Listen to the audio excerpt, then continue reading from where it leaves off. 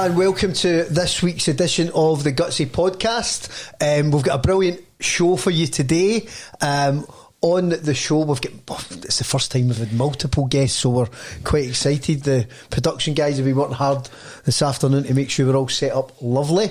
And apparently today we are sponsored by G4 Claims, so thanks to Greg and the team. Today is a special one because we're going to focus, we're going to have a couple of fantastic IBD stories that are really inspirational, but we're going to have a little bit of focus on education today, and the Catherine McEwan Foundation Scholarship. We are very lucky to have the wonderful Graeme Rough in, who heads up the scholarship on behalf of Saturday School, which I believe is changing and having a bit of a rebrand to the Education Academy Scotland. So welcome, Graeme. How are we today? Good afternoon, Derek. Yeah, I'm very well. How are you? Well, to be fair, it's almost evening because you were late today, Graeme, and we will. But I knew he was going to put that in. Do you get lines or detention? Or just a little bit embarrassed. Just embarrassed that the school, the former school teacher is late. Yes, absolutely. Late. I apologise. Yeah. Queensferry Crossing, coming from Fife to but I had a teacher, Graeme, that told me that all excuses were equal. So anyway, moving swiftly on from your utter embarrassment at being late, we have the wonderful Katie McKitrick. Hello, Katie. How are you? I'm good, thank you. Katie is a much loved part of the Catherine McEwan Foundation family and a former scholar of the Catherine McEwan Foundation Scholarship. So great to have you, and thanks for coming. We'll be hearing a bit more for you later on. And George Bruce, how are we, George? I'm awesome, yeah, I'm great. Yeah, That's great. It's great to have you here, George. Also, big part of the foundation family. In fact, your family is, but we'll get into that a little bit in a little bit more detail a little later. But George also has a bit of an inflammatory bowel disease story to tell, and is the first ever scholar to complete 3 years. What about that, crazy. George? It's crazy. What about that? I'm a celebrity. Yeah. Pioneers everywhere. Yeah, absolutely. This 1 year. And I believe the timing of our show is a little off because the exam results come next week. That would have been perfect as well. It would have been brilliant. So we'll when it goes out, we'll promote those straight A's that you got. I hope. No, absolutely no pressure. So yeah, welcome. We're going to go around and just kind of get a little bit of background and a little bit of a chat, and feel free to jump in and just keep it nice and relaxed. So, Graeme, currently rebranding to Education Academy Scotland. Incredibly, physics teacher, head of science, 5 years with the Scottish Government, background in engineering, massive levels of intelligence, and a brilliant teacher. And Graeme, I think it's fair to say that what you created was starting. How many years ago did you start what was then Saturday School? 13 years. So that's us completed as a business. 13 years, and you're right. Rebrand literally this month. Flick the switch and become the Education Academy Scotland, because the name Saturday School served us really well for 13 years. And you've been on that journey with us, but we've, in the best possible way, we've really outgrown that name because of things like the scholarship. So for the start of the academic year, which is now weeks away, we become the Education Academy Scotland. So it's really exciting. I was going to say that's massively exciting, and what's also massively exciting, and I would imagine if I was putting myself in your shoes for a second, a little bit nerve-wracking, you're going to do it full time. Yeah, well, I mean, Saturday School, what's the term? Side hustle? So I think that's what the kids call it these days. That's what the kids call it, right? So who knows what old guys like me call it, but Saturday School was a side hustle for many years. But when I started it, and I think there's maybe a message in there for anybody, is that was the dream, that one day that would be my full-time job. So I was a full-time teacher, as you said, when I started Saturday School 13 years ago. You know, lot of blood, sweat, and tears went into that, and the energy you need to create something. But that was a dream that one day it would be my own business, and I've reached it. That point's here. So, as you said, 5 years ago, I left school as a teacher, delivering, now working on Scottish Government projects through an organisation called CERC. I have 7 working days left with CERC, and then, as you say, full time with the Education Academy Scotland. So, yeah, it's unbelievable, and having a fair bit of knowledge in your journey, and you know, having worked with you professionally for the past 5 or so years, I know how much passion that you've got, even when you're doing it, as you say, as a side hustle. Which certainly didn't appear to be a side hustle with me. Too kind. No, but seriously, it's a phenomenal setup that you've got, and the culture that's through the organisation, and it comes out and guys like yep. Katie and George, and you know, it's. So I absolutely take my hat off to you. Thank you. So no, congratulations and good luck. Thank you. And we're very much looking forward, as the Catherine McEwan Foundation, being part of that continued growth and journey, definitely. Hi, Katie. Hello. How you doing? I'm good. You're not nervous, are you? You're fine. You're fine. Katie, 18 years old, now at Glasgow Uni. Yeah. What are you doing there? I'm studying biology and chemistry just now, but next year I'll hopefully specialise into either immunology or nutrition, because I want to work in something to do with Crohn's treatments. Absolutely phenomenal. And I think it's fair to say, the fact that you're wanting to do that through your experience is something that's to be highly respected. I think it's absolutely wonderful. I've got no doubt that you'll do it. None whatsoever. And good luck. We're very much looking forward to that. George, what's happening with you? We know you're waiting your exam results next week. Yeah, I know. It's how are you feeling? Nerve-wracking, but I'm feeling great right now. But like Tuesday, I'm like nervous for that. But I mean, that's normal. You quietly confident? You okay? Yeah, I mean, right? it's. I guess I'm pretty confident. Yeah, but just gotta wait and see. Okay, no, but listen, I think you're quite right to keep it on the low key. That's the way. But we get big confidence in you. Mm-hmm. Now, guys, we'll just speak about your inflammatory bowel disease journey for a little bit. I know you guys have got. Mm-hmm. Different, but there's absolute parallels, very much so. So, Katie, you were diagnosed not that long ago in the grand scale of things. Yeah. How long ago? I was diagnosed, I think, at the end of 2022. I was right. in 5th year, so. Yeah. So, I think beginning of 5th year, you started to have some challenges. Yeah. George, you were 2019, so but 5 years ago, you've been a little bit longer. Like around that time, yeah. Yeah. And so when you were diagnosed, Katie, how, just to share that with the guys watching, how did that manifest? My understanding, you started back school for your start of 5th year, and how did that pan out?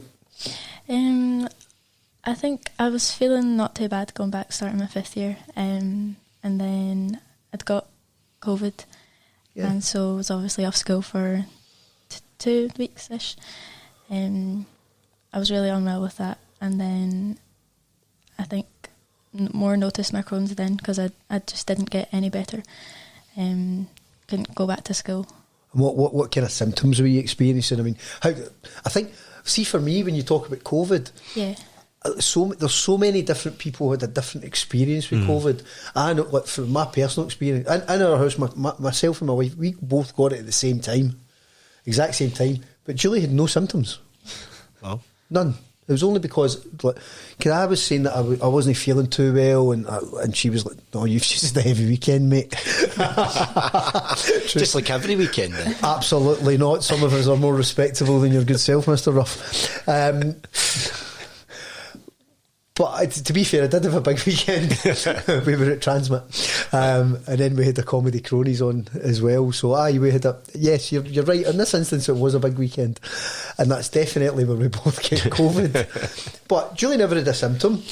I was floored for 4 days, like a really, really heavy flu. Yeah. And then the next day, it totally changed. I felt fine. It's crazy. As if it actually never existed. Mm-hmm. But the only thing was, and I still, if I'm honest, I don't think this has ever come back 100%. My taste and my smell, I don't think it's ever come back 100%. What were your symptoms? I was just absolutely exhausted most of the time, and then when, like yourself, everybody got back their energy, I was just still completely floored. Yeah, and did you see with that, when you were floored, did you think that was just the continuation of COVID? Yeah, at first, yeah, and then obviously I was having like really lots of pain, and I had to go to the toilet lots, which I just put down to the stress of starting 5th year. Yeah, the pressure of hires year. Mm. Yeah, I mean, even I can remember the stress back in the day.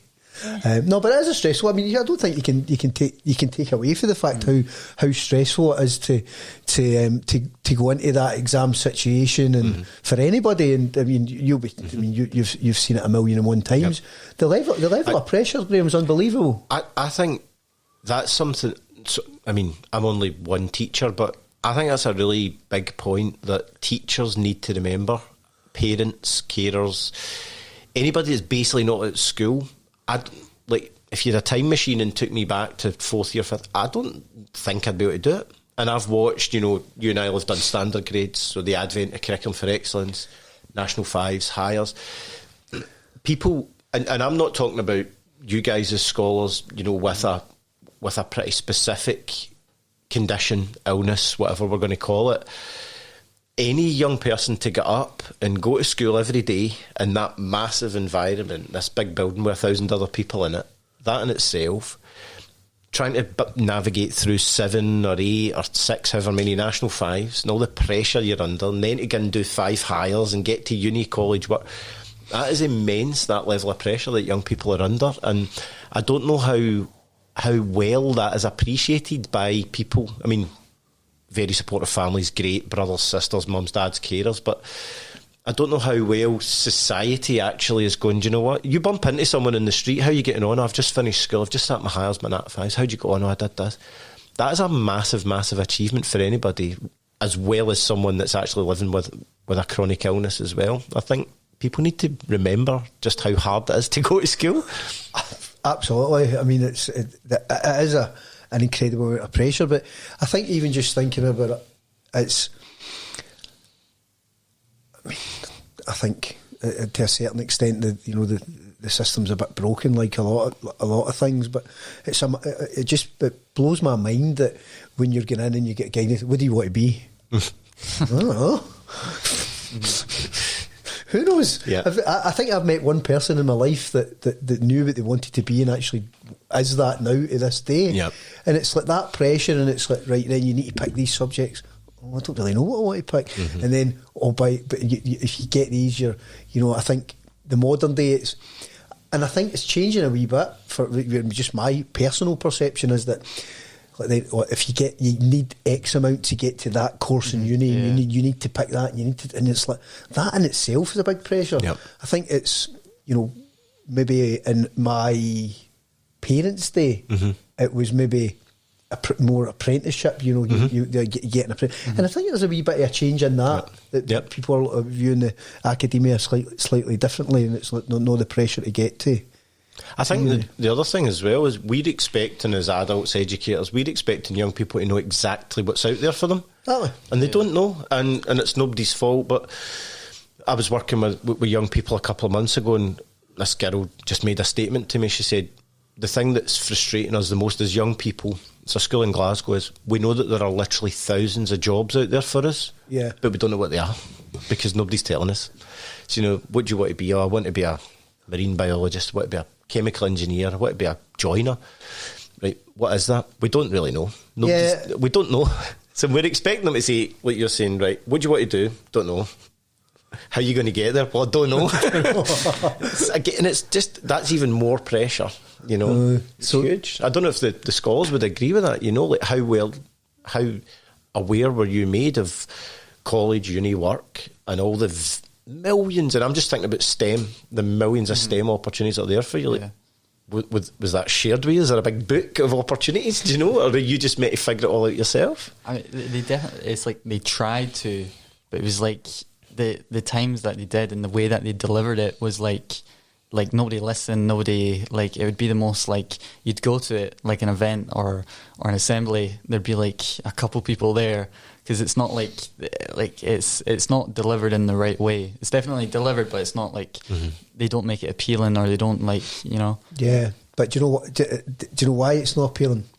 Because somebody's telling you. Whereas if the information to an extent, and I'm just kind of thinking out loud here, so please indulge. See if it's created by you guys, it becomes more interesting, and then other people listen to it as well, I think. Yeah, totally. But yeah, I mean, the pressure for you guys getting into exams, and you know, it's insurmountable. But then you start to do well, and you think it's to do with that. Yeah. But when did you realise then, Katie, that it wasn't? There was something else.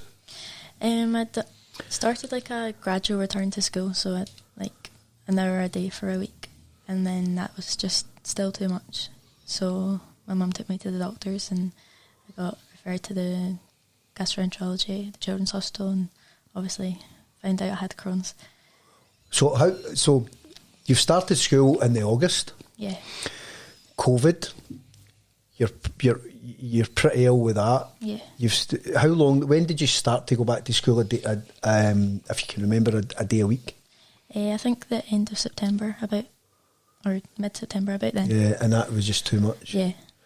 And what was it? I'm just trying to kind of paint a picture of the time process, because it sounds, and I take no joy in saying this, it sounds quite quick. In the fact that you were thankfully diagnosed pretty quickly, because there's people who wait a long time for diagnosis, which I know that we're, you know, as an inflammatory bowel disease community, try to get faster and try to make, you know, get awareness out there. So, you know, when was the diagnosis, do you think? Officially diagnosed, I think, the December. The December. Yeah. By that point, you've missed half of the year at school. Yeah. You know, you're thinking big things getting in for the new year for your hires to kind of think where you're going. Now you're a bit younger, George, when you were diagnosed, and it took a fair amount longer to get that diagnosis. Definitely. How did it materialise for you? How, you know, with symptoms and stuff like that? Because, you know, I've spoke to your mum many times regarding yourself. And you were very, very, very serious, weren't you? Mm-hmm. Yeah, I'm only now finding that out, that I was really... Oh, sorry if I brought... Oh, well, no, you were fine, George. Yeah, of course, but like only recently, yeah. But it did take a lot of time, because it started with, like, we went on holiday to Dubai, me and my family. You're just so posh. Man, Dubai, baby. But, I mean, it turned into a disaster holiday, because I got food poisoning. Oh, just what you need. I know. And then after that, like, that, of course, if you've had food poisoning, it's you know, it's horrible.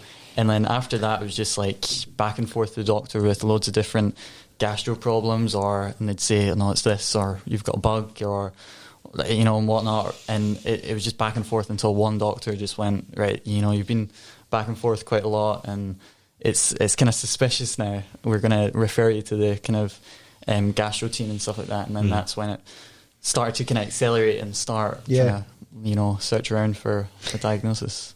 So what kind of symptoms, you know, were prevalent? It was definitely, of course, food poisoning. Like, well, you know, a lot of that, like the gastro, I felt sick, and then I was always like really pale, and, you know, I was smaller and stuff like that, more skinny, and like energy, the kind of like iron deficiency, you know, all that, you know, that just kind of started to pile on as time went on, you know. So yeah, it was like gradual, you know. Is that kind of symptoms that you can relate to, Katie? Yeah, definitely. Yeah. What's what's similar in your journey to what George is describing? Low in energy. I lost loads and loads of weight. Yeah. Just from not being able to eat, or being able to eat and just not like absorbing any nutrition from the food. Yeah, I mean that we know that's a major challenge for a lot of people that are living with inflammatory bowel disease. Can I just add here? And I genuinely mean this as part of us running the scholarship, and I'll say a wee bit more about that. Is one of the amazing things about the scholarship, outside of supporting the education, which is the fundamental thing, is often when we at Saturday School meet the scholars, you guys aren't long diagnosed. You know, Katie, I think you'd been diagnosed in a month when you came to us. Yeah. George, I think similar, maybe within a few months, maybe a year. Don't take this the wrong way, but the first time we meet our scholars, you're normally not looking your best. I don't mean to offend, but yeah, there's a point about you. What I'm saying is, you guys have come because, you know, you're probably still unwell, you're maybe still on your different drugs, steroids, all these different things. Excuse me. But to see you guys today, and I've not seen you for a good while now, and it's probably been a few months since Saturday School, but I do want to say now, this is the reward as well, along with the education stuff. Both of you guys look absolutely fantastic today, so it's brilliant to see you, but to actually see you grow and look so well is just as rewarding as exam results day next week as well. That is true, actually, yeah. Well, we've yet to establish if exam results day is rewarding, George. That's a given. No pressure. No, I absolutely have no doubt whatsoever. So it's you've been diagnosed and you missed 6 months of school. Now, George, you missed a load of school as well. Yeah, an absolute load of school. So that obviously, educational wise, that comes with its issues, but socially, for that age group. So Katie, you're what, 15, 16, 17? Yeah, 16, I think. 16. How old are you, George, when you're diagnosed? When I was diagnosed, yeah, I'd say probably like 12 or something. Like so you get it? You start at secondary. Start kind of like that, or maybe first year. Yeah, but that's the time when you're meeting your friendship groups, isn't it? It's that's when the bonds are made, and you're up to no good, and well, you wouldn't be, you're too good. But you're being kids, and and then you're not there. So I mean, did you have? I mean, something that I say this. I think I've said this in every GUTSY podcast, is that it's about finding your tribe and your groups that are supportive and stuff like that. But if you're not there, then that's a real challenge. And how did your friends understand? Did you explain it to your friends? I told my friends what I'd been diagnosed with, but I do think IBD is a difficult thing to talk about to people that don't know what it is. So it's difficult to, like, when everybody's like, "Oh, where have you been for the past 6 months?" to explain, and then the last questions it's difficult to make them fully understand what's happened. Yeah, but I think what you said is quite interesting, because I think it's the same. I mean, we can empathise, we can sympathise, we can be supportive as individuals who don't have the condition. But until it's only when you speak to somebody who has the condition that you actually get it. Yeah. But it's also important for your peer group or your family, or that they're aware and kind of try to get that level of understanding. How did you find it with your friends, George? Well, with me, it was like, again, I was off school and then back on and then off. So it was like, I remember one of my friends saying to me, it was like, you're like a ghost, like almost like it's like you haunt the school. Like, have you heard of like George Bruce, like Come and Go and stuff like that? So it was very like I was a rare sighting, and then I'd come back with like a new, like, oh, I had a tube in my nose, an NG tube, and they'd be like, oh, what's this now? Like, like, so it was really weird, because I was almost like jumping in and out of social groups and stuff like that. And, people didn't know if you really existed, George. Exactly. I was a mystery. Yeah, there's what was the name of your school? Alva Academy. Yeah.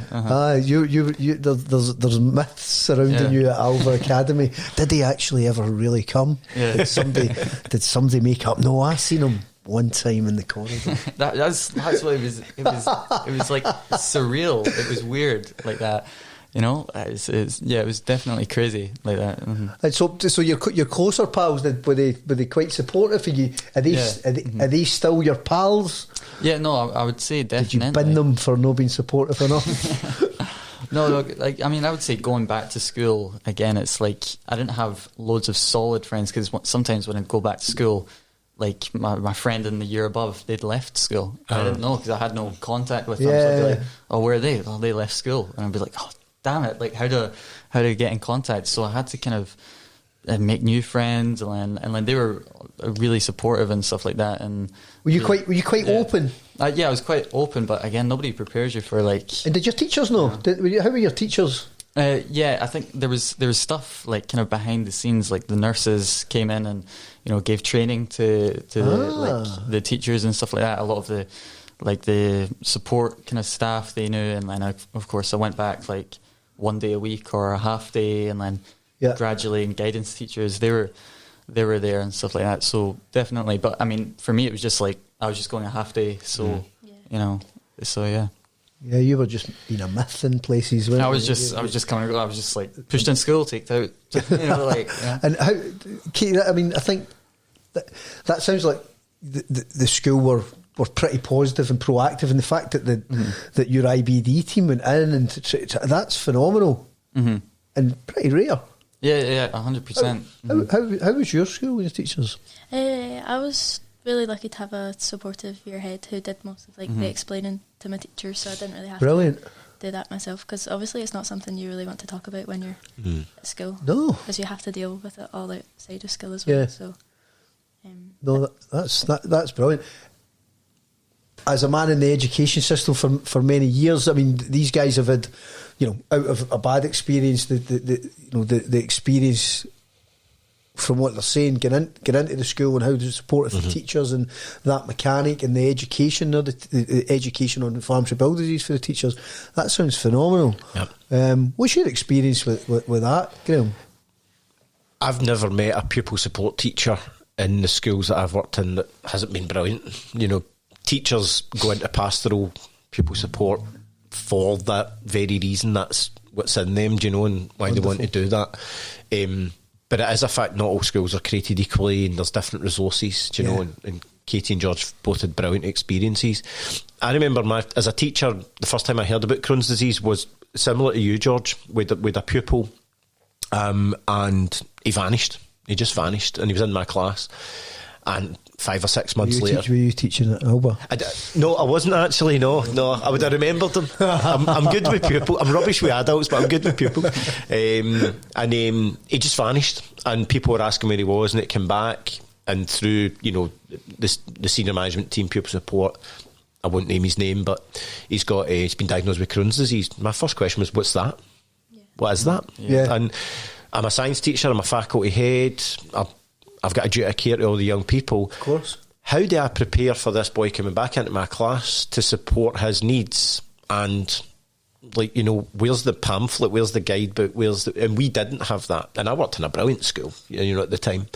But it was just lack of knowledge, lack of awareness. Yeah. It's really nice to hear that you guys got such a supportive experience. But I can't agree with you more. And I think it's great to hear. But what you said is also very true, in that not all schools are created equally. Not all of our guys will have that experience, unfortunately. I think I think we've spoke about this before with our scholars, and you and I have spoke about it, as almost a standardised resource. Yeah. And who better to create it than the Catherine McEwan scholars to say, right, what is there, 400 secondary schools in Scotland? Don't know how many thousand primary schools. And here is the, I don't know, guidebook, whatever we call it. But you're a teacher, one of your learners or someone in your school's got Crohn's, you need to watch this, read this, understand this, because this is how you're going to support them when they return to school. I actually think that we have spoken about this, but I think it's something that we really need to put, get the wheels in motion for it.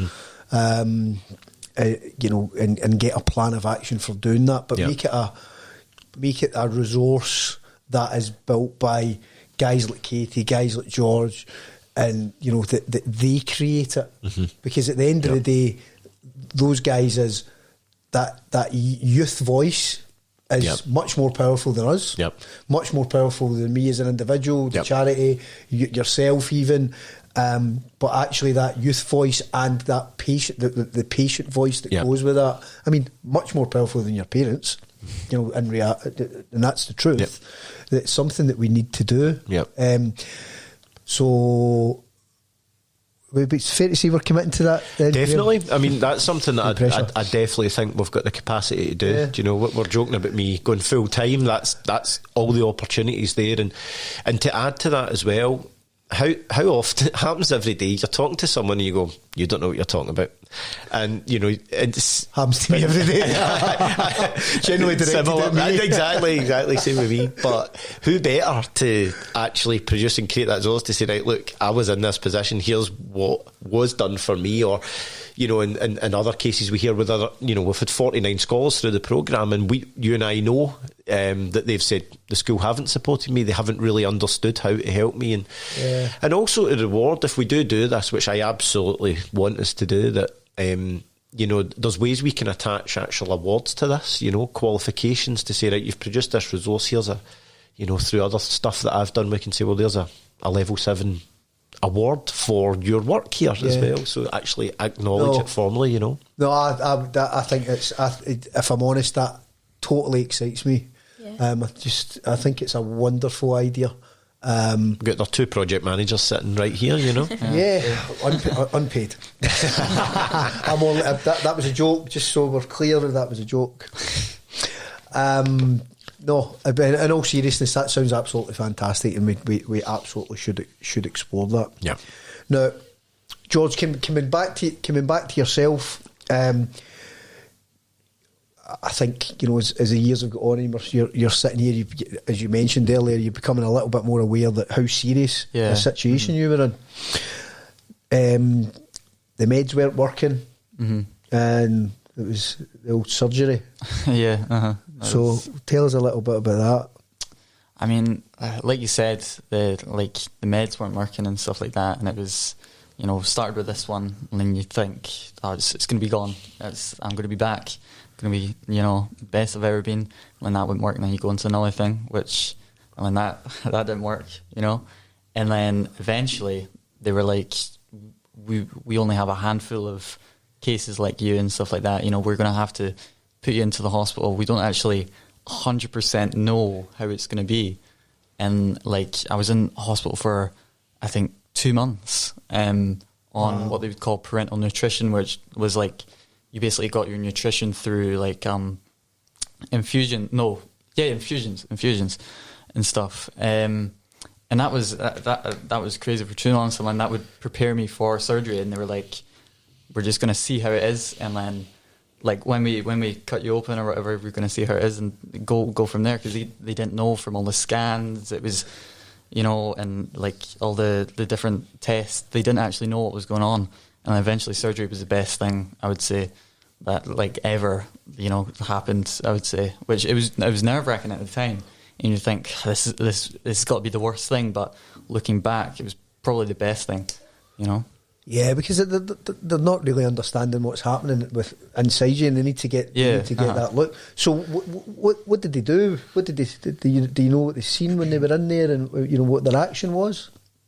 Yeah, so basically it was they were going to, of course, I think it was they were going to go and assess what was happening, and then the plan was either it might have had to be like a stoma bag or like a kind of a temporary one, or the best case would be like it was on an inflamed bit and they would just take that away, so you know, stitch me back up, and that fortunately they just identified a little bit. You know, I think, I didn't know the exact length, but they gave the exact length of how much they took away. They took that away and then just stitched me back up, and that was it, you know. So it was the kind of unknown, because they were like, we could go this or this or this, or, you know. Yeah, and at that age, are you made aware of that, or is it just your parents that know that at the time? Because I know a lot of people would maybe shield you for that. Mm-hmm. Well, I mean, a lot of stuff I was shielded from, because they have to make you aware of you know, what could possibly go wrong. Yeah. And of course they told all my parents that, and I was just told basically, you know, you're going to go in, you might have this when you come out, or you might have that when you come out, or it might be like this, you know, and this will be the best for you. We've done everything, you know, that we can do and whatnot. So and for me, I was like, I'll go with it, you know, like, because anything else than being in pain or being in hospital, you know, just some little bit of quality of life type of thing. No, I think that's it, isn't it? It's like, you know, so much of our community living with inflammatory bowel disease, it's they don't have a quality of life, and if you've got a road to go down to give you that quality of life back at any age, not just a young guy like yourself, it's you know, it's as much as I mean, I can't put myself in the position, but you know, to try, it's such a difficult thing to do, but you know, it's to get that quality of life back is something that should really be grasped most definitely. And Katie, you were you found medication that worked for you, is that right? Yeah. I started the modular diet, and then that didn't work quite as well as I'd hoped, so then I got put on infliximab infusions, which did the job. And is that are you still on the old infliximab? Yeah. That's the one. Yeah. That's the one for you. Now, were you tried out in infliximab? Yeah. I'm still going with that as well, because you know that's keeping me good now. You know. Right. So we're big fans of the infliximab at the moment, and long may that continue. Should replace the sponsorship. Infliximab claims. Listen, you know, you grasp what's giving you that quality. You know, it's really, really important. Just to kind of go into the kind of the process now for each of you. You've got this. You've been told you've got a lifelong condition. You've not been at school for 6 months, thereabouts. That's pretty much right, isn't it? Yeah. You were never at school, George. You were an enigma. You were a myth. You were the myth. You know, there's legends being written about you. But you're just smart. You know, you're smart guys. You know, you heard about the Catherine McEwan Foundation Scholarship. Yeah. And so what happened? How did that process work for you, Katie?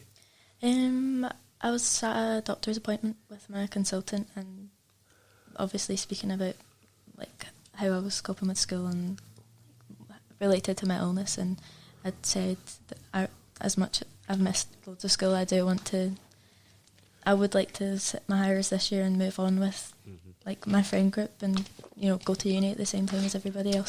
But that in itself to me is a massive decision, because you've missed so much. Yeah. It would have been pretty easy, shall we say, to say, do you know what, I'm going to go again. Yeah.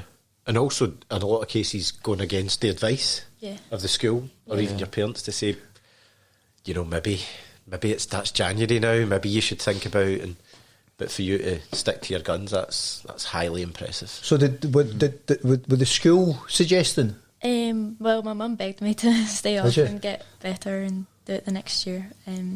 The school kind of more left it to me to decide. Yeah.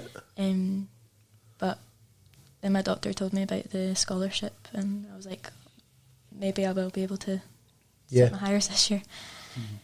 Yeah, so that's when you started. How did the scholarship journey work for you, George? For me, it was, I remember I went back to school first, and what I remember, I was like lost. Like going into a new class, new teacher, they're all using different terms and words, especially in chemistry. I was like, you know. And then I remember my mum found out about it, and we just jumped right on it. It was like, this is great. This is. And I mean, it was genuinely. It was. Yeah, you were one of the first group that because initially the scholarship, and we'll go into a little bit about the history of the scholarship and how we brought that to the table. Initially, it was for 4th, 5th, and 6th years, and then we introduced third year. So I think, yeah, you were the first year that we introduced third year. So I mean, that's pretty ballsy to go into third year when you're pretty much lost anyway, isn't it? Yeah, definitely. But it was great help. It got to the point where I was actually ahead of the class, and I was like, we were in a lesson. I'm like, yeah, I know that. Yeah, like the tables have turned. It was amazing. The myth had swagger. I know that, mate. I remember your phone call. You phoning me saying, "Graeme, can we take third years?" And I was like, I suppose so. Why not? Because they've missed so much. And I remember, of course, if you want to do it. Let's take S3s. And get them and use that year to get them ready. But your point there as well is for anybody, irrespective of someone that's missed school, is living with an illness, as a third year walking into a fourth year class at Saturday school, and all these guys are all getting ready for that's also bravery. So you know. Do you remember when you were at school and like if you were, I don't know if you're being bad or your teacher sent you, you were an angel, right? Sorry, easy. But maybe your teacher sent you on a message, Derek, can you go next door to the other class with a note or something, and it was a year above you. Do you remember? You're like, oh my God, right? You know, remember that? This guy's walking in every Saturday morning as a third year with the fourth years. It's just brilliant. And just getting ready and filling in all those gaps in your knowledge. Even for being honest, even for me, I'm thinking, like looking back, right? Isn't the third year? Could I go into fourth? I'm not. I'm not having it. I'm not having it. So no, absolute hats off on that, George. That is absolutely phenomenal. So you've shown a fair amount of bottle to do that and determination, and you know, at the end of the day, it's you. What always gets me with you guys and anybody who's went on the scholarship programme, just want to do well. They want to, they want to make that commitment to get that, those academic results. Listen, academia is not for everybody. It's not. Their talents lie elsewhere, which is fine, and they're. Scholarship's not for them and they're not for the scholarship, and that's absolutely fine, and you get that in all walks of life. But the fact that you get at a young age you're committing your pretty much your Saturdays, certainly Saturday mornings to that, to drive and determination to get the results that you want to kind of take you in that next bit, it's hugely commendable. Graeme, a little bit about history of the scholarship now. In a previous life, we worked together when I had my digital agency. That's right. Yep. Obviously ran the foundation alongside that, but at the time, so we did a little bit of work for Saturday School. So I spoke about it, how impressed I've been over the years, especially having worked with you a lot closer over the last 5. But I was always really impressed with what you were offering, and there is, at the end of the day, it's a results game, and the results that you were getting. So, when going full time with the Catherine McEwan Foundation, I done a little, a little bit of a personal survey, I suppose, for what of it, bit of fact finding and out to lots of patients, lots of parents, lots of health professionals, and lots of different stakeholders within the inflammatory bowel disease community. And one of the things that kept coming back, there was maybe guys same age as you, maybe just left school or whatever, or coming up, or they were maybe coming into their exams, I could have done better at school. I never had the support. Or, people didn't understand. And you could tell there was a real. I don't know, feeling of loss is the right thing, but it's certainly disappointment, because these are individuals who've got talent, who've got drive, as much as the next person, but they've just been dealt a bad hand, and never had that support mechanic there to help them through that. And it kind of struck a chord with me, but also on the other side of it struck a chord where there was parents and pupils saying, I'm really worried about my exams. Like yourself, I've not been at school for 6 months. How's that going to work? and it kind of struck a chord, as I say, and it made me think. And that's when I approached you, Graeme, and say, look, you're running this phenomenal tutoring school. Your results are great. We've got these young adults that we want to do well. They've got that. They just need a hand. Is there anything that we can do? Yep. And I have to say, you really embraced it, Graeme, which was brilliant. It was just so obvious, and you and I had been speaking so much in the build up to that, and you know, for the first 4 or 5 years, Saturday School was a tutoring organisation. You know, people paid to get a bit of help to pass their exams, but that was never enough for us as an organisation. So the two main things we wanted to do was to bring in scholarships, but not just any old scholarship. So we had been doing a lot of research and trying to figure out what we could do there, and also we were in the process of becoming an ASQA approved centre, so that we can actually offer the qualifications themselves. The reason I mention that is because that was giving us the confidence that we could grow as an organisation, and the idea that you and I had, and I remember that time, you used the term, I always remember this, through no fault of their own. So we wanted to help people. We're aware that not everybody can pay to come to Saturday School, but everybody needs help. So it just, when you think back, it was so obvious. And you'd said, right, we've got these patients through no fault of their own, their education's suffering. For some of them, it's too late. They've left school. And I think at that moment, because I remember that day when we kind of finally agreed, we'd went for a coffee, and you and I were I was just saying to you, this is going to work. This is absolutely going to work. And that was it. And we kicked off with the scholarship. So 45 young people through it in 5 years, 49 scholarships awarded, and it's just been a great success. So no, it's been amazing, and I think you've touched on something that's still, you know, the mind boggles sometimes. I can't believe it never been done before. Certainly not in any knowledge that's come our way on it. So it just seems really common sense. Absolutely, absolute common sense. And what I would say is, if anybody, and this is not a shameless, but no, it's not a shameless plug at all. It's a plug, but it's not shameless. Is that this? If there's other organisations that have got similar, they've got individuals that have got parallel experience to our guys that have got inflammatory bowel disease that need that help with their education, need that little bit of support, then absolutely speak to Graeme, because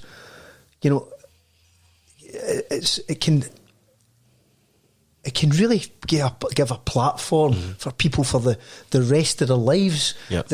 And that you cannot measure the impact of that. Yep. There's so many different levels of impact there. There's obviously the education. You can go into further education. You get a career path. There might be governmental help or whatever the case is. But it's very, very difficult to quantify that until somebody's been doing their life path. But I mean, we can already see it, and we'll go into what you guys are doing in the future. But you're at university doing very well, getting into your second year, and George, I think you're going to back for 6 year. But yeah, 6th year. Back for 6 year, and what's the plan at the moment? The plan is hopefully uni and studying psychology. So yeah, she's probably studying us just now. The mindset, the myths of studying us. But yeah, any other organisations that go look at this, I think the scholarship's been a lot of hard work on your part, my part, so I don't want to trivialise all the work and effort that's went into it. And it's nothing without the scholars. Like, you're the guys that we create the opportunity. You're the guys that get out your bed on a Saturday morning, as Derek said, giving up your whole Easter fortnight in a lot of cases as well to come to the infamous grade booster days. But that's the thing that we need to stress. We're providing the platform. Yeah. It's the talent of these guys and the determination of these guys. Yeah, we do all that. The foundation. I know you're a very modest man, Derek, but I mean, you're raising all those funds, doing all that incredible work to make this basically happen. That we've got the amazing teams at the different NHS boards. Like you're saying, Katie. When you're going to your clinics, they're saying, "Oh, by the way, here's this opportunity." Yeah, and we need to absolutely thank those guys, our partners at the hospitals for highlighting that. Yep. Because what we had to do, we had to take the concept. That's right. And initially to the gastro team at the I keep wanting to call it York Hill. Yep. I still do call it York Hill, but the Royal Hospital for Children, and say, look, we've got an idea here. Yeah. You think it might work? Mm-hmm. Absolutely. Thankfully, they liked it. I remember that day as well. Thankfully for you guys. It was like getting in with a sales pitch, and we've got this idea, and the medical guys. That's when I met the infamous Vicky Garrick for the first day, and yes, it was just, they were like, "Yeah, this is a brilliant idea. This is absolutely going to work. This is going to help people." Simple as that. I mean, it has definitely, no doubt. Yeah. We've yet to see if it's helped you this year. Just tell them what your Nat 5 results were, George. Yeah, George, tell us what your Nat 5 results were. I mean, I think they were all A's and then 2 B's. So they weren't all A's. They were fantastic. Yeah. They were absolutely brilliant. Yeah. And Katie, having missed 6 months of school, stepping up very bravely for your hires. What did you come out with? 5 A's. Oh my God. My God. I'm tired just thinking about 5 A's at a hire. What did you get at school? Well, I didn't actually do my hires. I left school at the end of 4th year, went and did an apprenticeship. And you're teaching people? Absolutely. No wrong path, as they say. I like it. That'll be getting churned out a lot next week. No, I went to uni in I went and did my hires at night school. I was coming off a building site, going to do my hires at night time. So stick in at school, kids. Otherwise, you'll need to pay for it. Do it after work on a Tuesday night when all you want to do is have a shower and go to bed. Is that right? Is that how you? That's how I got my hires. Yeah. Wow. Yep. That's really admirable. You're like, no wrong path. It's no wrong path. Oh, don't get me wrong. It was brutal. It was hard. No, but I think anybody who kind of recognises that they want to go down a certain path, and they've maybe not quite got it at school, and then doing that further education, but especially in their own times is phenomenal. Thank you. I wanted to ask you, Katie, because Derek kind of touched on it. Is that you want to go into, like, is it gastroenterology and study that? Is that because of your condition? Has that almost been a kind of weird source of inspiration, or is that the reason? Or it is, yeah. I had no idea really what I wanted to do, and then I was supposed to go on a clinical trial for some form of, not the modular diet, but the. Did you go on CD treat? No, because I got put on infliximab, I wasn't able to do it. So for anybody watching, CD treat is a Crohn's disease diet that's been in development for a number of years, that we're very, very proud to have been a part of, or still a part of, and it's to kind of, very much replace the old modulin, so you're eating real foods and things like that. So, I mean, that's in clinical trials, but obviously not everybody can get it, and obviously because you went on infliximab, you missed the boat on that. Yeah, but I still got a lot of inspiration from that and like the treatments that are possible. So, if you don't mind me asking, did you have an idea prior to your diagnosis what you wanted to do? Did you have a career path set out in your head, or? No, I did enjoy science, so so it was maybe always going to be a sciencey thing. But I'd obviously never. I hadn't heard of Crohn's before, but why would you? Yeah. why? Honestly, why would you? And this has been a catalyst to kind of drive that. Yeah. That's unbelievable. Now, I know that. Would that be right saying you got work experience over at the lab? Yeah. With Kostas? Yeah. And the Greek people? Yeah, so I spent a couple of weeks with them in the lab, and that's where I got the inspiration that I wanted to really do that. Wow, that's amazing. Mm-hmm. That's amazing, eh? That's amazing.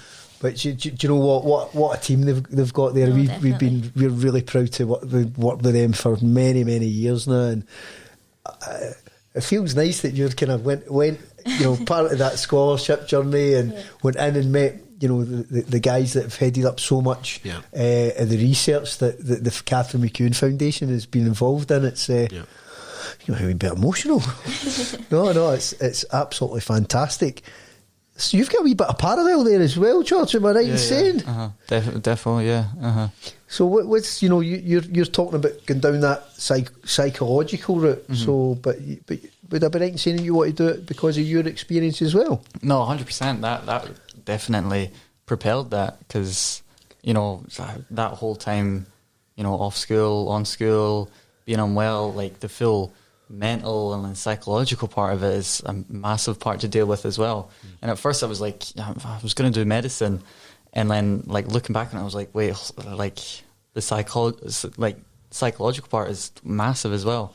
And I do really enjoy it as well. So, fantastic. So you look after the research, you look after the psychology. We're building a team here, Graeme. Exactly, We're building a team and a half. Is that not the beauty of, we're 5 years in, that, the first few people that came through it are now at uni or getting into work, are now, so, we're creating this conveyor belt, because with every year, our first lot, everyone's getting a year older, so they're all just moving into their future. That's so exciting. Yeah, definitely. It's it becomes part of the tapestry of life, but the tapestry, the story and everything that goes along with it. Do you know what it gives you as well? We've got 2 or 3, Derek will know this, we've got 2 or 3 S3s who have applied for the scholarship this year. Probably just heard of it a couple of months ago, but we've got people that we can point them to, and just, we've got a story to tell now. You say, well, listen, this guy George, this girl Katie, here's where they are. Whereas when you guys came, there was nobody to point to because you were the first in, and that's so powerful for us. Most definitely, because people buy into people's stories, and I think if we also expand into telling that story to schools about how you guys is would like to be treated, and so they can get an understanding of what inflammatory bowel disease is, and what to expect to a certain extent, but also how to deal with it. How to best deliver support for you guys. I mean, that's absolutely massive. So Katie, you've got an Insta page. Yeah. What's it called? IBD Food and Me. So the food and me, I think, is quite interesting. Why food? Because there's lots of really great pages that patients sharing with their experience. Some absolute crackers out there. I'm not aware. Can't be aware of them all, I suppose. But there's not one that specifically says food. So why? Something I definitely struggled a lot with when I was ill was food. Yeah. I got a lot of food anxiety because it just sort of becomes your enemy when it feels like that's what's making you ill. Well, of course it's not, but when you're eating and then you're ill, or you can't get any nutrients from food, or I just hated food. But it's so natural, the thing. If you're eating and that's the thing that's making you feel so bad, that what you said there, I think lots of people that are watching would probably relate to food as the enemy. Yeah. So it's so how have you turned that around? Just try and find what works for you, and even when you think you've found safe foods, some days I can eat anything and I'll be fine, and then other days everything can cause pain. Really? So or everybody's different. Of course. What's your relationship with food, George? For me, it was like... but it must be actually not too bad, because when I met you were a wee skinny thing. You're a beef. Oh, you're getting the chicken in and all that. I get you're high protein, mate. Bulking. No, but it was definitely almost like the same, because it was like, I remember that I ordered the family ordered a Chinese, and it was like lemon chicken. And I was like, I can finally eat again. I'm like, I was going to dig in, and then I just felt sick after it, and I was like. It was it disappointed me, and then that full thing, trying to build that relationship back up, and then I've ate that once and I'm sick. Yeah. I don't want to eat it again, and then trying it again. You know, and like you said, like finding stuff that works with you, because some things you could eat and then you don't feel well, and then other things it's great, you know. Mm-hmm. But that comes down to self-management, doesn't it? And it's almost like, would it be fair to say it's a fair amount of trial and error? Yeah. Yeah, I guess, yeah. Definitely. What have you ever eaten lemon chicken since? No, I haven't actually. No. I went more I like the Indian more, like Indian foods more, you know, instead of the Chinese, you know. They agree with you more? Yeah, definitely, the mild curries. Yeah. You know, but is that really a curry? It's just surely a korma is not really a curry. I mean, it's nice. I'm not going to get into the battle of the curries, but I just think it's just something everybody takes for granted. It's like, I walk into the supermarket and I'm like, oh, I'll get that. I fancy that tonight, guess, you know. And again, as someone who doesn't have that condition, I maybe just don't realise how lucky I am, you know. What will I order tonight? Yeah, but that's also the thing that, you know, in life, that you take so much for granted till it's not there. Yeah. And you're like, oh, that's different. You know, I don't like that. And what is there anything that you 100% need to stay away from? I do avoid super spicy things. Or super high fibre. Yeah, well, high fiber's not good for you guys. No. Yeah. Is it you really need to stay away from yours? Yeah, I'd say the high fibre, spicy, and then also skins on stuff as well. Yeah, It's crazy. Like there were certain fries with skin on, Yeah. and then I was just heartbroken. I couldn't eat those anymore. Is that right? Well, I can have them now, but when I wasn't well, it was like. And it's like when you're in a restaurant, you know, you go to order fries, and it sounds weird asking, do they have skins on them? Yeah. And then they're like, no, or like, yeah, he's easy in the kitchen. What about this guy? What about this guy? No, but it's fair enough, and it's just adapting. But it shows you the kind of a level of maturity that you guys have got pretty quickly by getting that self-management, really, because it's something that we speak a lot about within the charity. It's like the medical teams don't actually, you know, and this might sound like a surprise to a lot of people, there's not a magic wand. It doesn't exist. They can help to a certain extent, but it's you guys as, you know, the guys that are living with the condition, and then your family unit and everything that goes along with that. It's a team effort, and you need, and some people are better at the self-management than others. You know, if you're a bit too gung ho, then you'll reap the reward. But no, it's testament to you guys that you guys are doing that quite early. And just back to your page, Katie, because I follow the page and it's great. I like your page. Do you get a lot of people contacting you and asking for advice, and kind of other people that have maybe got inflammatory bowel disease? I posted about modulin. And I got lots of responses to that. A girl from Argentina reached out to me, and I'm still in contact with her. Wow, incredible! Yeah, so international. That's how we roll. That's how we roll. There you go. Where's your page? And you guys are both very, very musical, aren't you? So I know you're going somewhere next week. Where are you going? I'm going to Ireland for the All Ireland competition. FLA, it's called. FLA. And what do you play? I play the fiddle. You play the fiddle. Go on. And what is FLA? Is that the World Championships? Yeah, it's like a big. So you played that down there. You played that down. I'm going to this, but it's a World Championships. Wow, that's incredible, eh? Good luck. No, you've missed something out. You'll be going to it for years. You've won it before. Yeah, my Kelly band won it. Wow. Too modest. Absolutely, but that's incredible. George, you're a future rock star. I mean, I guess, maybe. Who knows? Well, you told me earlier on that you've got a singer for your band now.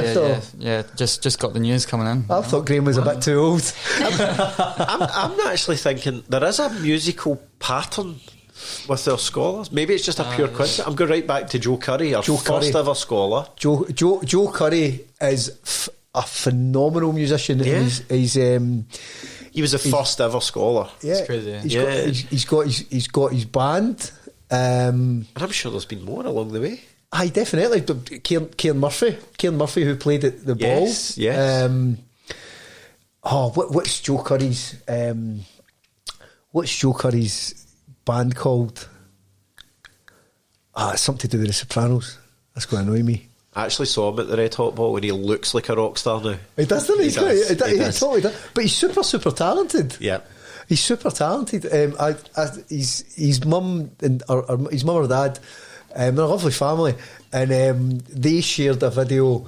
And when he was in, I mean, he's had a pretty rocky time at times with his Crohn's, John. He'll not mind us.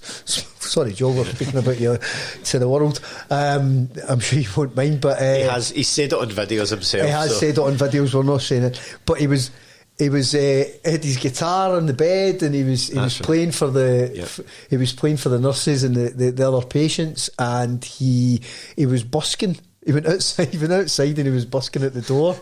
I know, phenomenal. There's quite a number of our guys that are quite musical. Yeah, definitely. That's good. Crazy, yeah. Interesting. Super talented. One of the things, and you guys will be able to share the experience. One of the things when going back to the scholarship that absolutely blew my mind, because I don't think it certainly wasn't something that I thought about when we started this. It was all academia, let's get the results, kind of thing. And it was it took me by surprise. So they've got a parent phoned me up. I think it was the second year. But I can't remember. We probably had about 5 or 7 students or something like that on the second year. His mum phones me up. What have you done to my son? I'm like, whoa, what's this? And I'm like, oh, hang on a minute. And get a lawyer on. Should I get a lawyer? And I'm like, well, what do you mean? She went, he's a different person. And I'm like, right, oh no, but good. And she was, and I'm like, right, and relax. And well, honestly, I was pretty nervous, but it was, she said he's got so much more confidence, he's come out his shell, and I'm like, wow. I never really thought about it like that, but I think that's testament to you guys very much, at Saturday school, Graeme, and the methodology of how you guys do it, and you're treating them like young adults, and there's that. I think, my understanding with some of your people at start, they're kind of introvert, like any kid going into an environment that they don't really know people, but I think there's a little bit more of that, trepidation, for want of a better word, getting into that environment for our kids, and to hear how they've, grown as human beings through that experience is quite incredible. How did you feel, Katie? How did you think? I think being awarded the scholarship and someone, believing that you can do it when not that other people aren't believing in you, but saying no, do it next year, or for them to say go for it, and to understand that other people are going through the same thing. I think that definitely gives you a lot of confidence. Yeah. What about yourself, George? Like you said, confidence in terms of it felt like a safety net. If I was in school and I was maybe off one day on a hospital appointment or something like that, and I've missed this, well, we're going to cover it on Saturday maybe, it's definitely gave you a kind of a safety net, and you felt more secure in the class as well. It's interesting, I've heard you use that terminology, safety net, a few times over the years, George, and I think it's fair to say, but the great thing is with the scholarship programme is that if you have missed something or you feel that something's a little bit, you're not strong in certain elements, you can actually speak to the guys and they'll go through it with you as well. So definitely. for that, it's it's another thing that makes it so unique. Yeah, I think what we've always tried to do is we're not dealing with children, we're dealing with young adults. So that's a big thing for us. So when you come to Saturday school, and remember as well, everyone that works at Saturday school, with the exception of me, are all full-time practicing teachers. So you guys have spent Monday to Friday, and so have they with Sir, Miss, Bells. Can I go to the toilet? One thing we certainly don't do with anybody, you know, is ask if you want to go to the toilet. So we treat it like a further/higher education environment. There's no uniform, and it's just about, you know, we're all there for the same reason. And I think the environment that we create, that's why people really thrive, you know. And smaller groups, you're able to. I mean, I will see behaviour from young people that you just won't see in a school with 1,000 other kids. Graeme, going to repeat that again? I still don't understand. I'm sorry. I'm like, no, it's fine. Don't be sorry. I'll explain it again. Do you know? And I know that young person would never have done that in their physics class. Yeah. You know, never.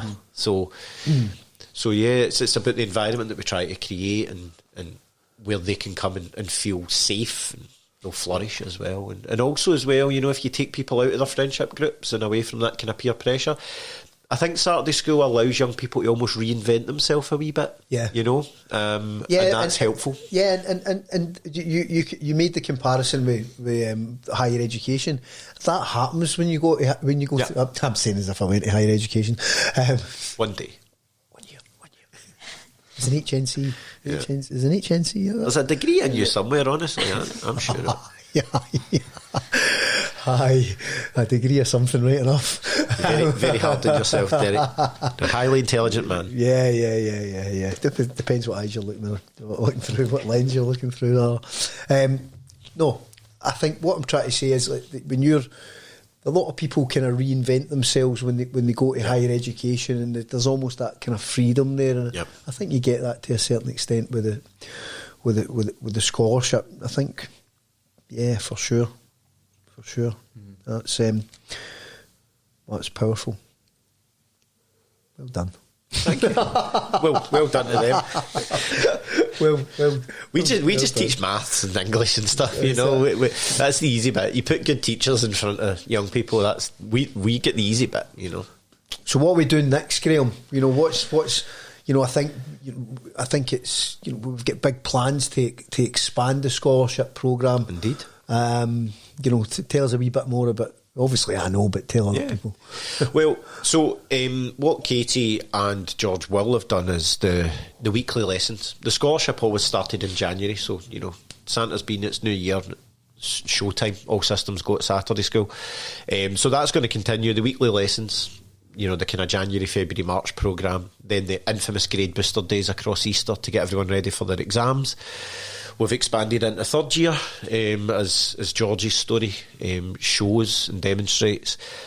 But there's never really been anything pre-Christmas. So there's a new offer coming for anybody, but for the scholars, of course, as well. So we're going to have an online offer of monthly masterclasses. So every subject at every level, September to Christmas, will have a 90-minute monthly masterclass. So those will be available across maths, English, the sciences, Nat 5s and higher. So I think what that will do is it will potentially open up, you know, in years to come for young people who geographically are potentially excluded from Glasgow and Edinburgh.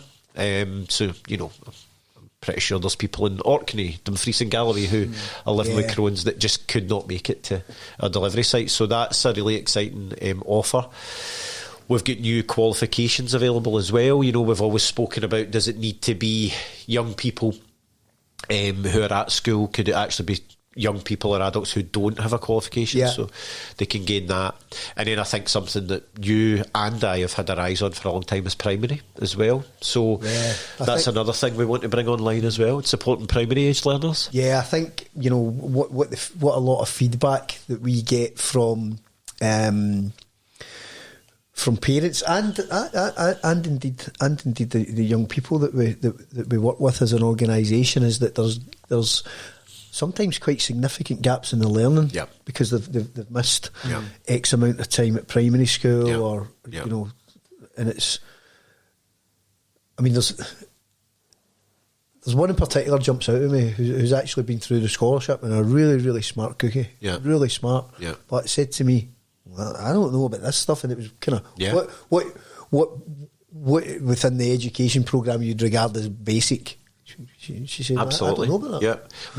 Well, if we use maths as an example, and the scholars will prove this, you know, okay, let's go up into Nat 5 and higher maths with the really challenging level stuff. That's still all borne out of the the 4 basic functions of maths, add, divide, subtract, multiply. And if you've not got a basic grounding in those fundamental things that you get taught at primary, then the rest is going to be 10 times harder. Yeah.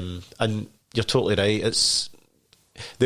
Obviously our scholarship has always focused on that final transition in high school, so going from junior secondary, the BGE, into the senior phase. So that's where we've specialised for years. Yeah. You're into your exam years now.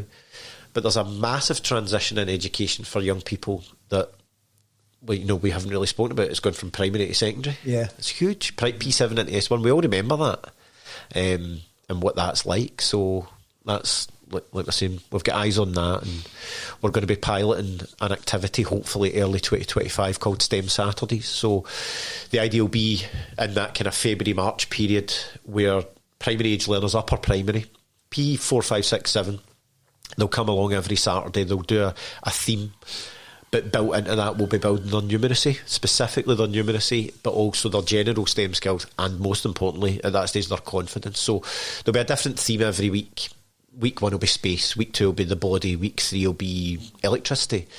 And it's only available to the Waynes. You're welcome to come along. We'll find a spare chair, but you need to behave.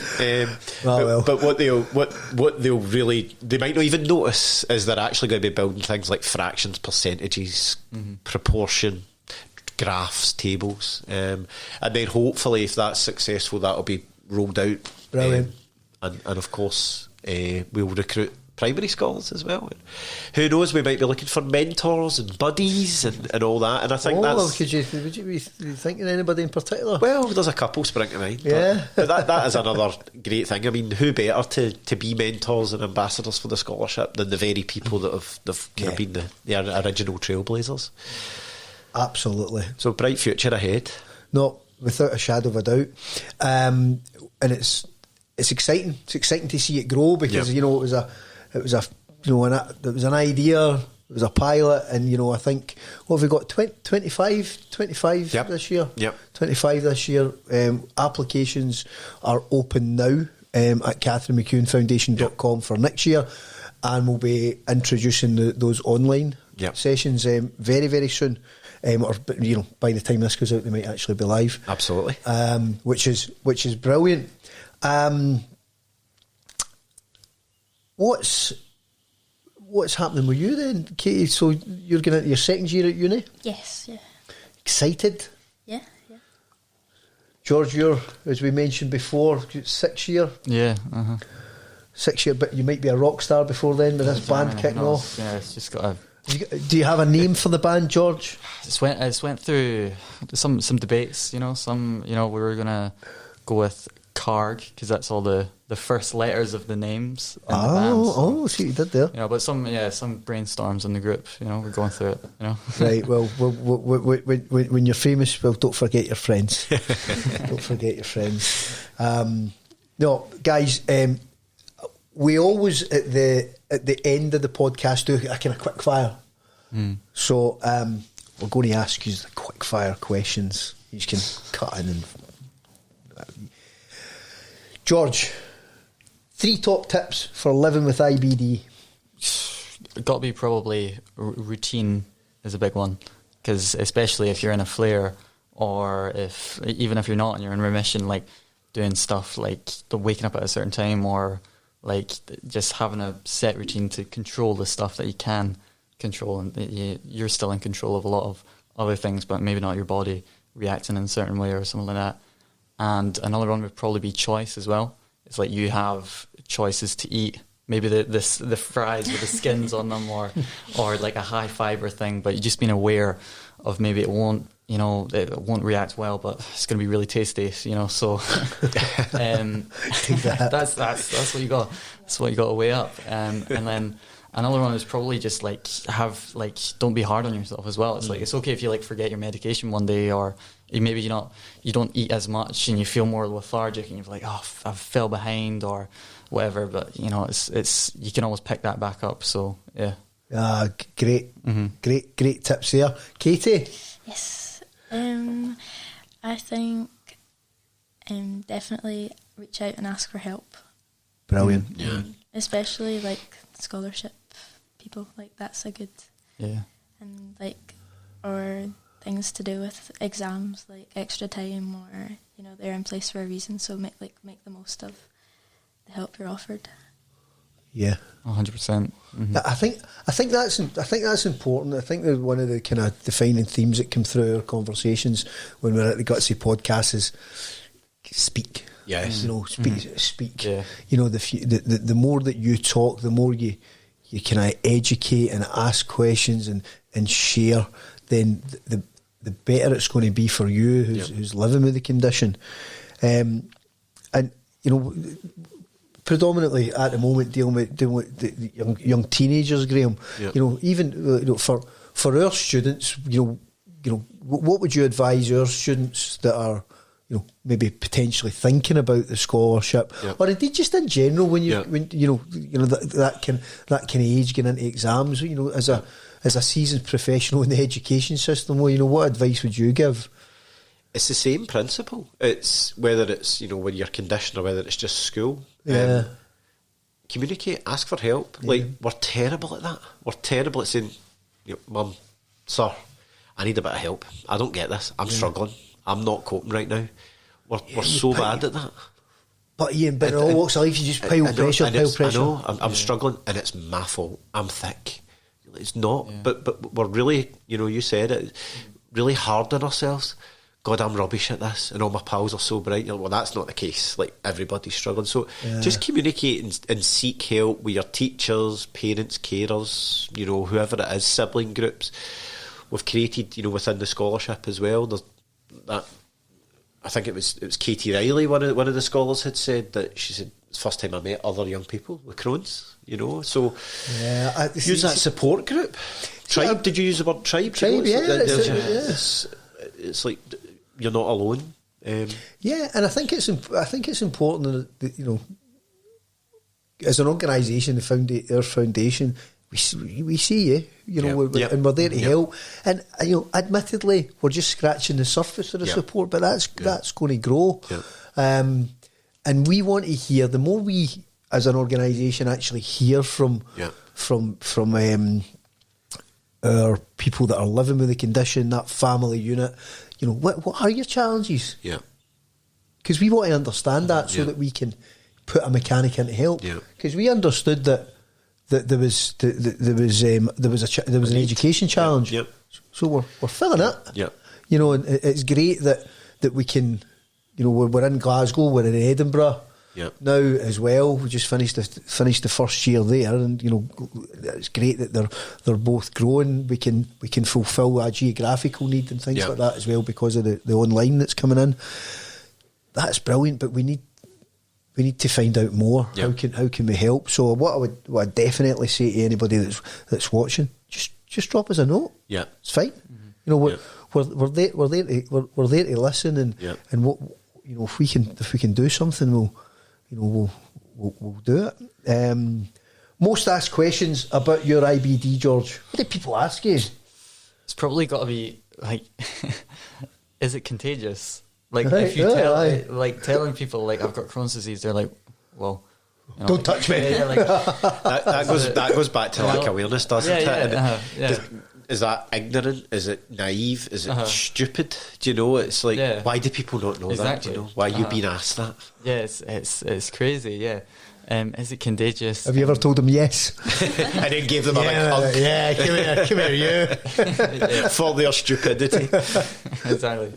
And then probably, is there a cure as well? Or that's a big thing, because you think of that, or is it like temporary type, like all that kind of like, is it only like a phase? And then when you say like no, it's lifelong, people are like, what? Like that's but do you know must something? Be like horrible. Like that, they're thinking. But it's a natural thing that I think that the majority of us have, that somebody, there's something not right, and you go to the doctors and talking about that magic wand again. Fix this for me now, please, thank you. That'll be good. I'll just take a couple of them for a week and then I'll be sound. No, sorry. On this occasion, you won't be. Right. Mm-hmm. That's a big deal to hear. Exactly. Yeah. It's lifelong, well, as in forever. Exactly. That's the only thing you focus on as well. Not all the other stuff they tell you. It's like It's lifelong. You know. Right. Yeah. But then that comes down to how you manage that. Exactly. Yeah. And you're managing well. I'd like to think, yeah. I mean, I'd say. Yeah, I think so. So, is there anything else that they ask you? Can't think so. Probably in once you tell people and stuff like that, it might. I guess it's like people then start to ask, like, "Are you okay for that? Can you eat that?" Yeah. You know, when they're aware. Which again, I think that's great as well. Yeah. You know, people are becoming more like a teacher. Like it was like a American themed day or something, and then she was ordering stuff. She was like, "Come over. Can you have those things and stuff like that?" So it definitely that's good. Asking to make themselves more aware. That's those type of questions. Yeah. Yeah. When someone's asking you and they find out who you are, it's you the myth. Yeah. I've heard your name. Yeah, I've heard about you. Are you the guy? What do people ask you, Katie, or have asked you? Mostly just, what is that? Yeah. Yeah. Yeah. Or that, which is difficult to explain to somebody who's never heard of it before. If it's not someone you really know, or you know, how much information do you actually share? Well, exactly. Well, because it's at the same time there's a level of privacy in it, isn't there? But you still want to understand. Do you get asked any questions? See, I know that you get asked quite often about the foundation and the scholarship program. You know, what are the common themes that come out of that? What we find, what I find on a purely personal level, is how little awareness there is with among parents and carers as to what rights they have. Right. And I think, and it's really always quite heartbreaking to see. So our scholars, I'll talk, you know, often I'll talk more with the parents of the scholars and the scholars themselves if I'm not teaching them. But I often find myself saying, no, it's almost as if they're kind of apologising for the fact that their child is now putting a strain on the school. And it's trying to get them out of that way of thinking and say, no, wait a minute, you've got rights here and you are entitled to full support here. And I find myself often doing that, as giving almost like, not parental advice, but educational advice. It's well, listen, get back on the phone to the school and say that and do this. And I'm never trying to start a fight between families and schools. That's not what I'm doing. Absolutely not. But what I'm trying to do is say, no, don't stand for that. Like, you've got these rights. And, you know, Katie, you mentioned like extra time in exams or just different accessibility requirements, you know. But sometimes on that, it depends who you get on the other end of the phone, doesn't it? Of course it depends. It depends who it is, because you'll have people who will understand whether it's inflammatory bowel disease or something else, what the you know what the rights of an individual are. But then you'll have somebody who's, you know, with the greatest respect, you know, maybe doesn't have that knowledge. Yeah. Or indeed, I hate to say it, maybe they're not really that interested. But unfortunately, that can happen. I think your point there is there's the educational support and there's the unbelievable, almost infinite range of support that the foundation themselves do. So I think from a Saturday school point of view, as we will always look at opportunities as where else can we help? Yeah. Because you guys have got enough going on. Is there other things we can help on top of helping you pass your exams, you know? And if there is, we'll try and find them, and we'll certainly do them. Yeah, and I think that's kind of the you know, I don't think that's, I know that the direction that we're going in. You know, your hospital teams are looking after the medical side. That's them. That's their skill set, and they're absolutely phenomenal. Stretched as they are, you know, within the NHS, but they're unbelievable at looking after you guys, and they're unbelievable humans. So where we come in is kind of help me live life. You know, get the most out and be the reach your potential, be the best. I mean, it sounds like an old cliche, but the best you can be, and the best human. But really realise your potential. And if that first step, or one of the first steps to realising your potential in life, to become that researcher, to become that psychologist, you know, to become a football player or whatever that is, if we can give you that little hand along the way, then, you know, that's where we come in to lend that support. So no, it's as I say, we know we're scratching the surface, but you know, we're getting there. but by bit, day by day. What's the things that annoy you, George? Apart from me. Anything like anything. Well, preferably related to your IBD, and don't slag your mock, because I like her. First thing that came to mind, this is just random, but when a movie gets spoiled for you, like that's completely away from IBD or anything like that just sprung to my head. Like that, I agree. That boils my blood. Like it's so annoying. Somebody tells you what happens in it. Oh my god! It's genuinely so annoying. That's serious fine talk. Serious. Yeah. Yeah, apart from the movie. Apart from that, when it comes to IBD, probably again that kind of when you're in a restaurant, it's not that it annoys you, but and you're asking like, does that have the seeds on it or does that the skins on it? Because normally it's like they ask, do you have any allergies? Yeah. Well, I don't really have an allergy, but if I you can't pinpoint simple. it, you know, it's like so that like whenever you ask, I always go to my mum and it's like, it sounds like I'm a really picky eater or something like that. Yeah. And so that annoys, it kind of, it's like, I don't want to sound like I'm a picky eater, but I have to say it because I'm not going to eat it. And, you know, so. Is that the same for you then? Yeah. Or you'll look at a menu and it's like the scariest thing ever. Like all the words are just flying out because you're just. It's and you don't know what like they don't have a description on I like going a good description and a picture to know exactly what I'd get, whereas sometimes it's just like a name, and like my friends, if I go out, they're like, I'll get that straight away, and I have to like study the menu. Exactly, yeah, but I think it can be quite intimidating that, isn't it? And then also if you've not got the person that's serving you, if you're in a restaurant, if they've maybe not got the knowledge that you're looking for, you know, what goes done could give you a real problem. Yeah. A real problem.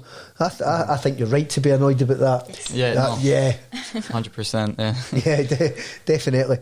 Would you say that was the biggest thing? Yeah, that's probably big. Yeah, and like goes on and stuff like. And I was in Monterey Jack's, and I just ordered like a chicken burger, and it came with the sesame seeds on it, and I'm like, I can't have that. And I ordered fries and asked the guy, oh, does that come with like the seasoning? Can I get that without? And he's like, no, that's how the fries come. And I was like, no, that's not how potatoes come. So this is not an advert for Monterey Jack. Very inflexible. Very inflexible. No, they dealt with it. They were like, you know, they got the brioche buns, is it, like without the but I mean, it was nice. The burger was nice. It was really nice. So this is an advert for Monterey Jack. Just recovered. Yeah. It's all right to say it was rubbish. It's allowed. It's allowed. What annoys you? Monterey Jacks.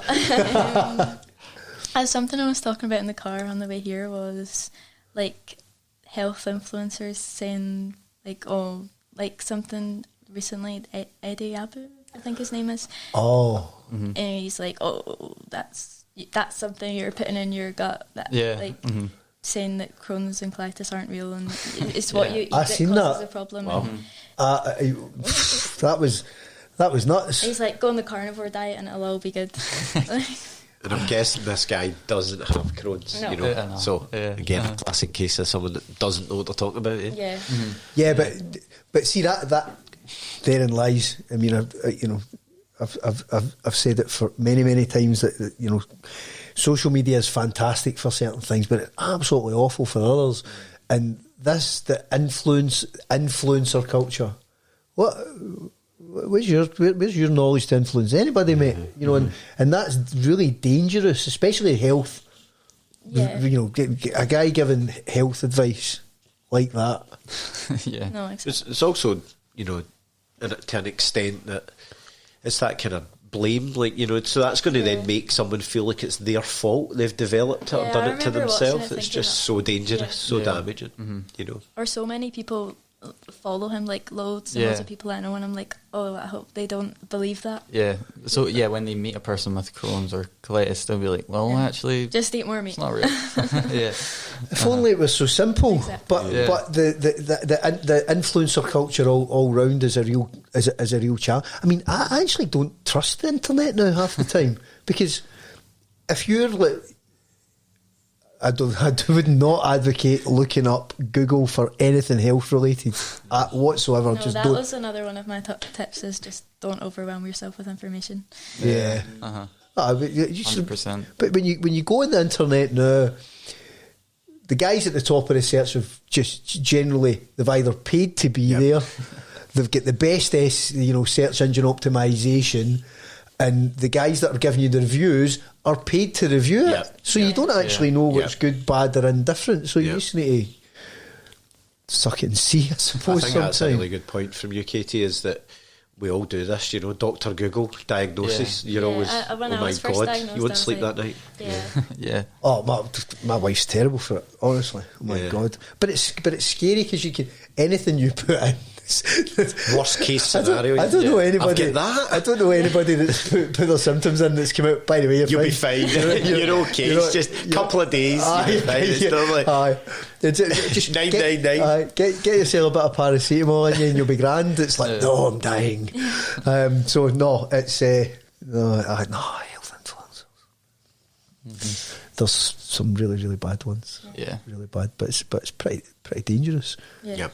Influencers as a whole is pretty dangerous. Not my thing. No.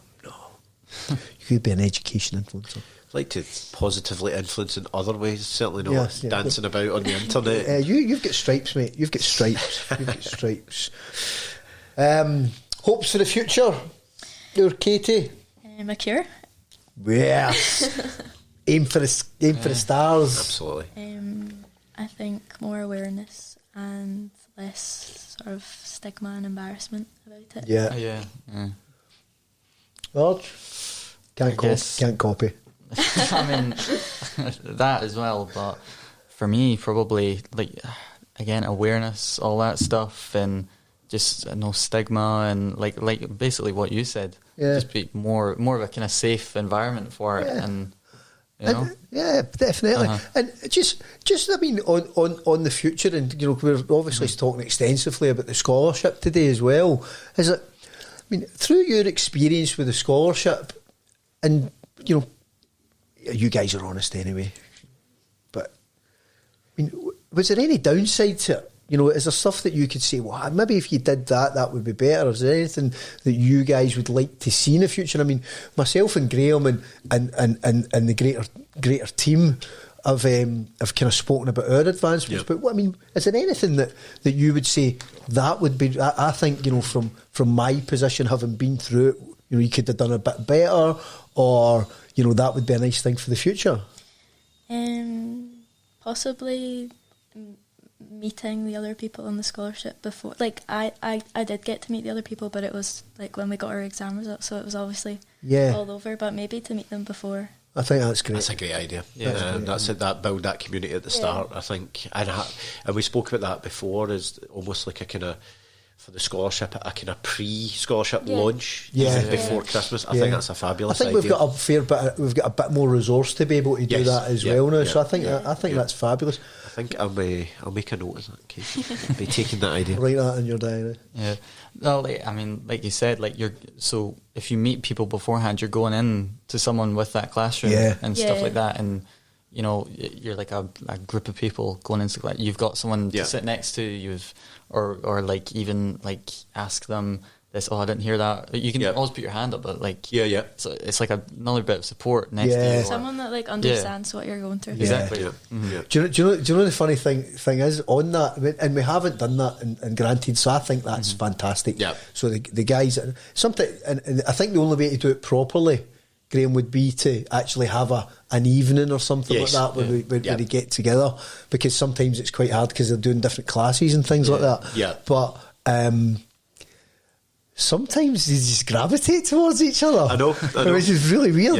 Yeah. So I remember who was it? Was it Katie Hamilton and Dylan? And I wondered, and the Catherine McEwan scholars tend to just find each other, and I don't know if I've always wanted did you guys talk at break time, or have you recognise each other from like clinical events or something? But it's true. You're right. They had never met, because I asked them, right, because I seen that when they went to do some promo video stuff for us before, I was like, did you know each other? Because one thing we don't do, and you guys will hopefully agree, is we don't identify the scholars at start. We're not like, right, okay, you're in the scholarship, you stand, so we make sure, but it's, I wonder what that is. Yeah, with all the inflammatory bowel diseases, stand up I know. and really embarrass yourself in front of the class. No.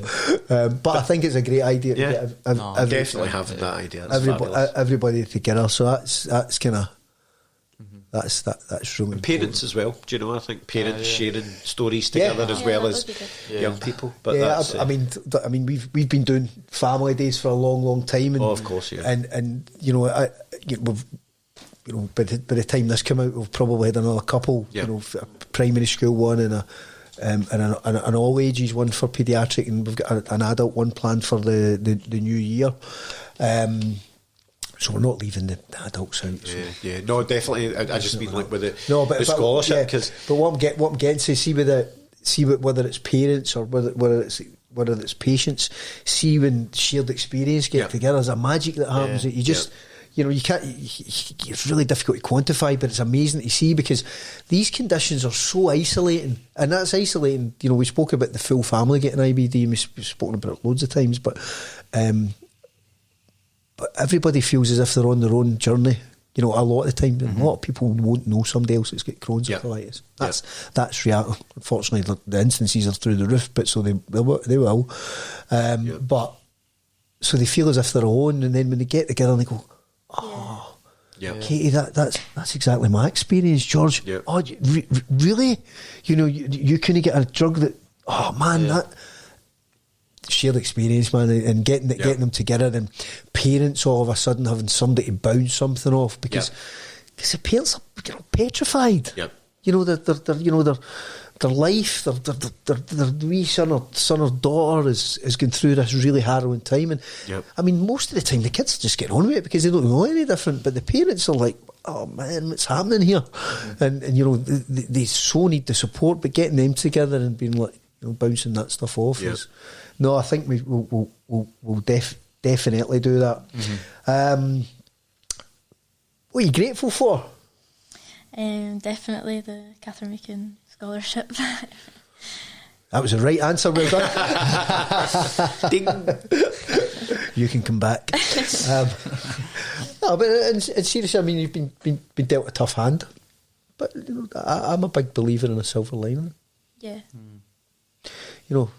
Maybe it's your career path. Exactly. Yeah.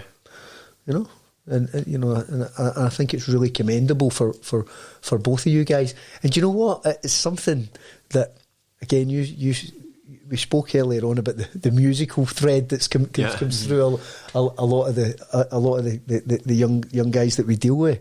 I tell you what, there's that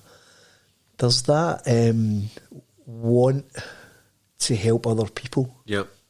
That comes out as well. Yep.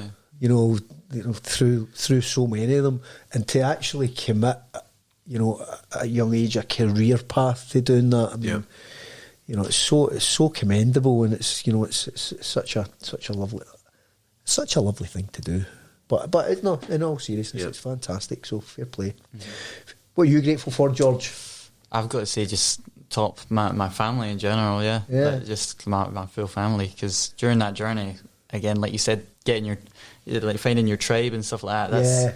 That was my tribe. That was like 100%. And then of course the Catherine McEwan, like as a whole, like because it does so much, like all the family days and stuff like that. You didn't know about it, and then and the scholarship, and then it's. Yeah, good. The right answer again there. Well done. 10 out of 10. No, seriously, guys, it's very nice to say that. But we're on this journey all together. I'd like to think that we'd hope that your health doesn't go down at all. But we're absolutely always there to help. But. That brings us to the end. Well, that was quick. That was almost 2 hours. That's crazy. Unbelievable. Guys, you have been absolutely fantastic. So thank you to George, Katie and Graeme. It's been brilliant. I hope that the guys watching get a bit of insight into stories, a couple of really inspiring stories of young people coming through real health challenges with inflammatory bowel disease, and you know, I'm not saying again against the odds, but you know, you've been dealt that hand. But you know what you guys are, the journey that you're on and the path that you're on is absolutely, you know, incredible. It's inspiring, and I hope that gives some inspiration to others watching as well. And for anybody looking at the scholarship programme, they can pick it up on a bit more information on CatherineMcEwanFoundation.com. A massive thanks again to Graeme, who's been absolutely pivotal in creating this, and we're very, very blessed to have him and his team as our partners for this. So thank you, Graeme, and thank you. We'll look forward to catching up again. Thanks, guys.